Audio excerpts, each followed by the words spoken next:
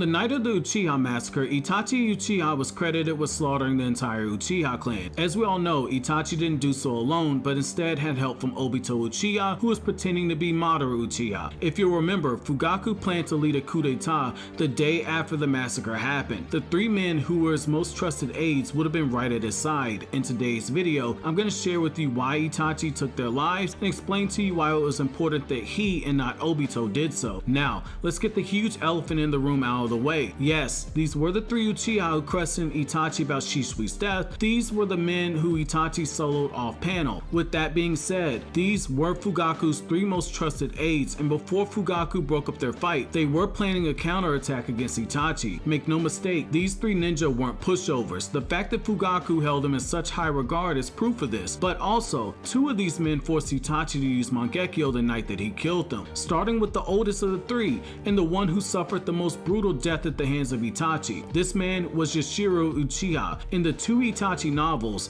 it was Yashiro who constantly fed Fugaku information and pushed him to allow the Uchiha to rebel. Often in both of the novels, there were scenes where Yashiro looked for buttons to push on Fugaku, hoping to make him move from being on the fence to trying to find a peaceful resolution with the Hokage, to making Fugaku eventually cave in to the growing demands of the Uchiha to rebel. It was Yashiro who made it a point to remind Fugaku that his exploits during the Third Ninja War were being withheld from the public by Danzo and the other elders. It was Yashiro who spoke out the loudest against the reconstruction of the village, forcing the Uchiha to live isolated from the other clans. It was Yashiro who went behind Fugaku's back to rally support for the coup d'etat, while working with a very dangerous character to rebel against the village, which only Itachi was aware of who this was. In fact, when Itachi spoke up at a clan meeting, it was Yashiro who almost attacked a very young Itachi, but was stopped by Fugaku. Finally, it was Yashiro who led the confrontation of Itachi about Shisui's death, giving Itachi Shisui's suicide note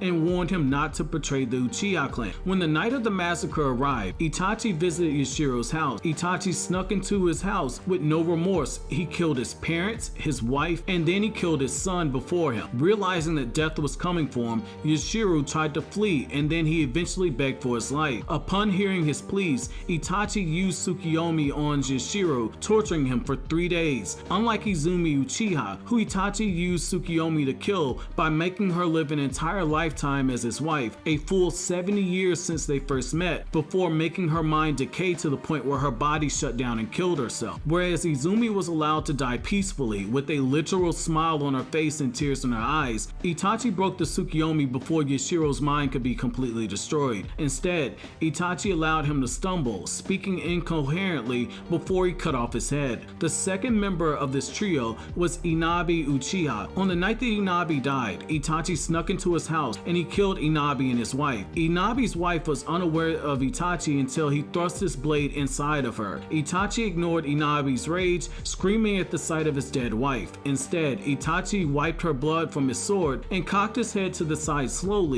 before he went after Inabi. Unlike Yashiro, Inabi didn't force Itachi to use Mangekyo. Instead, Itachi killed him right after Inabi weaved the hand size for a fireball style jutsu. Before the flames could be spewed from his lips, Itachi cut off his head, wiped his sword, and walked out of Inabi's bedroom. Tekka Uchiha was the youngest of the three aides, but out of all three of the men who Itachi killed, Tekka showed the most promise. He was a sensory ninja who immediately sensed the chakras of the Uchiha clan being wiped out. After Itachi killed Izumi and her mother, Itachi went right to Tekka to make sure that he saw him before anything else. In the second Itachi novel, Itachi stated that Tekka was a skilled sensory ninja and a very talented ninja. In fact, Tekka was on his way to round up the Uchiha before Itachi and Obito could finish killing them off. If he would have been allowed to do so, Itachi and Obito would have lost the element of surprise. Also, Tekka was known for his genjutsu skill. By the time Itachi finished speaking to him, he'd already gotten the drop on Itachi and attempted to place him in a genjutsu. However, Itachi quickly activated his Mangekyo to break free of this genjutsu. Without any hesitation, Itachi stabbed Tekka in the stomach. Unlike Yashiro and Inabi, Itachi Itachi stood over Tekka and watched him die, because the threat of Tekka posed was so great that his abilities would have allowed him to warn the Uchiha who Itachi and Obito hadn't killed yet. The symbolism in Itachi killing these three men is very great. It shows that he killed off the three men who would likely have been the best support option for his father Fugaku in a battle, if one were to break out, that is. It is also very telling that Itachi took out the aides before he went on to kill the head of the main clan. Also, Itachi killed these men for Shisui, since these three men were the ones who accused Itachi of killing his best friend, who died trying to find a peaceful course of action